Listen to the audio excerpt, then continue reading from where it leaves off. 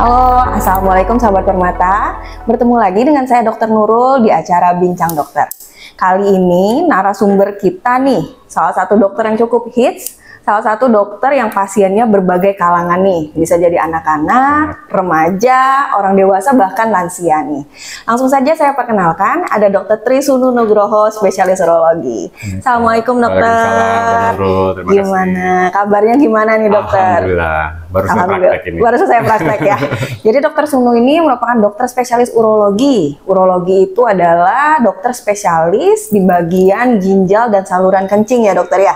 Ya. Kali ini kita akan membahas salah satu topik yang cukup banyak nih, mungkin dari salah satu kita, oh saya pernah nih mengalami itu gitu, oh ternyata ini tuh namanya itu penyakitnya gitu.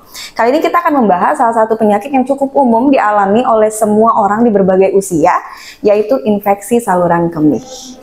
Nih, gini dok, kita butuh tahu nih dari bidang urologi, infeksi saluran kemih itu apa sih dokter? Oke, ya. Assalamualaikum warahmatullahi wabarakatuh. Waalaikumsalam. Ya, terima kasih Dr. Nurul atas perkenalan tadi. Jadi kembali saya ingatkan di sini, urologi itu menangani masalah saluran kencing ya, baik laki-laki maupun perempuan. Dari mulai ginjal, saluran kencing bagian atas, saluran kencing bagian bawah, kandung kencing, prostat, dan alat reproduksi untuk laki-laki ya. Sedangkan untuk perempuan kan biasa ke dokter kandungan. Nah, jadi mulai dari saluran kencing semua tadi atas sampai bawah dan saluran reproduksi laki-laki. Nah, topik kita kali ini adalah tentang infeksi saluran kencing, yaitu salah satu infeksi yang menyerang saluran kencing yang kita sebutkan tadi, mulai dari ginjal, saluran kencingnya, kandung kencing, dan sampai dengan ke prostat. Nah, penyebabnya apa? Penyebab yang paling sering adalah bakteri.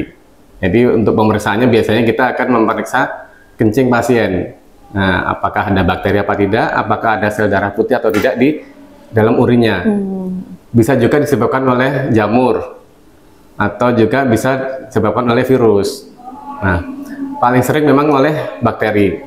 Paling sering bakteri E. coli namanya, ya. Walaupun ada juga bakteri yang lain, dan juga bisa juga pada pasien-pasien TBC bisa terkena infeksi saluran kencing dengan kuman TBC tersebut. Nah, gejala yang sering dikeluhkan oleh pasien biasanya kencing itu rasanya tidak nyaman, mulai dari panas, apakah perih, rasa terbakar, kadang kayak ada mengganjal gitu saluran kencingnya.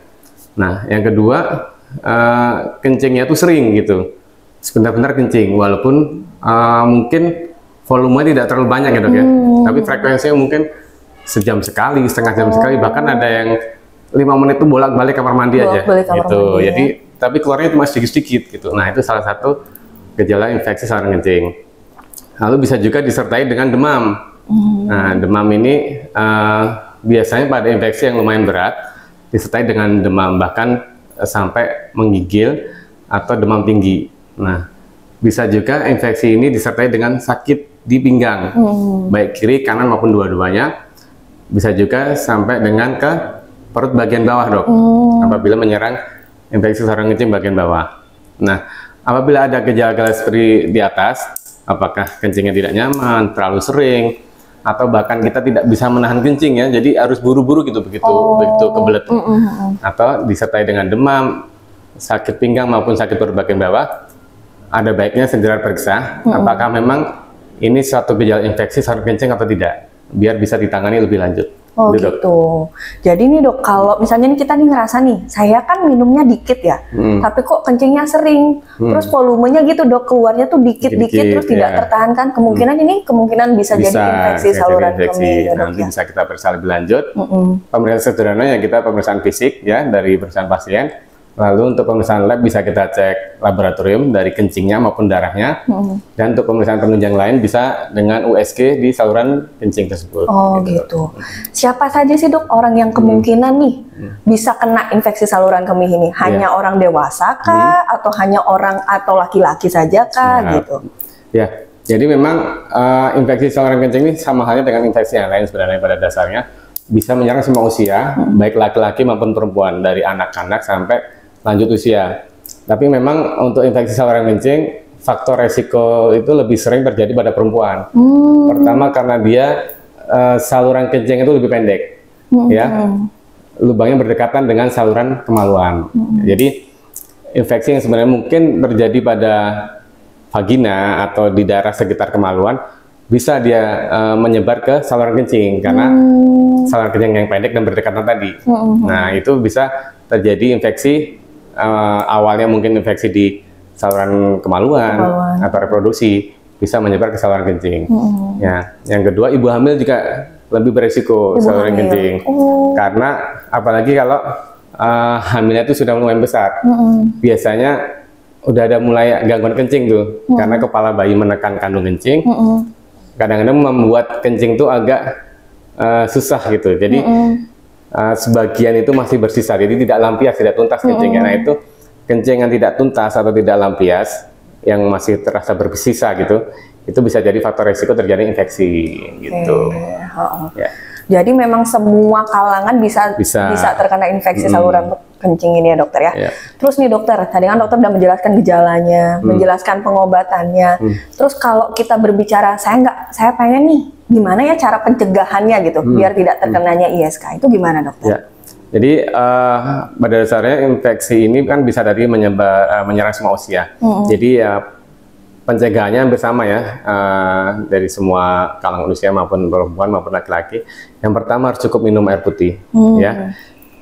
Karena air putih itu dia pH-nya kan netral, sama dia bisa membuat kencing kita tuh lebih lancar tentunya ya. Yang kedua, jangan sering menahan kencing. Nggak boleh sering menahan kencing ya. Kecuali mungkin waktu tertentu kita bepergian jauh atau yang tidak memungkinkan kita harus bolak-balik kamar mandi ya. Tapi sebisa mungkin jangan menahan kencing terlalu lama. Intinya kalau bisa idealnya itu kurang dari sejam lah kita menahan kencing. Tapi kalau bisa tidak ditahan ya segera aja ke kamar mandi begitu terasa pengen kencing. Ketiga, kalau misalkan ada gejala segera berobat gitu. Artinya gejala yang sudah kita sebut dengan seperti di atas tadi jangan ditunda-tunda gitu. Karena semakin lama infeksi, yang mungkin awalnya infeksi itu sederhana tanpa komplikasi, bila tidak ditangani, tidak segera berobat gitu, bisa menjadi komplikata atau menjadi serius. Jadi awalnya infeksinya sederhana, tapi karena tidak ditangani dengan tepat bisa menjadi serius, dan ini bisa menimbulkan komplikasi tentunya. Pertama bisa mengganggu fungsi ginjal kita, karena mungkin infeksi yang awalnya sederhana di kandung kencing tapi tidak ditangani, dia menyebar sampai ke ginjal. Nah, kalau sudah menyebar sampai ke ginjal dan tidak ditangani, tentunya pertama akan infeksinya bisa memberat. Ya, infeksi memberat ini bisa kita sebut dengan sepsis ya. Sepsis itu infeksi yang sudah menyebar lah. Nah, sepsis itu asalnya bisa dari infeksi di mana aja, tapi apabila itu berasal dari saluran kencing, kita menyebutkan urosepsis. Jadi infeksi yang berat yang awalnya berasal dari saluran kencing tadi. Nah, itu biasanya memang harus memerlukan perawatan yang serius. Dia harus dirawat di rumah sakit, harus bed rest, harus mendapatkan cairan yang cukup, antibiotik injeksi ya. Sedangkan awalnya mungkin kalau infeksi sederhana cukup dengan rawat jalan aja bisa gitu loh.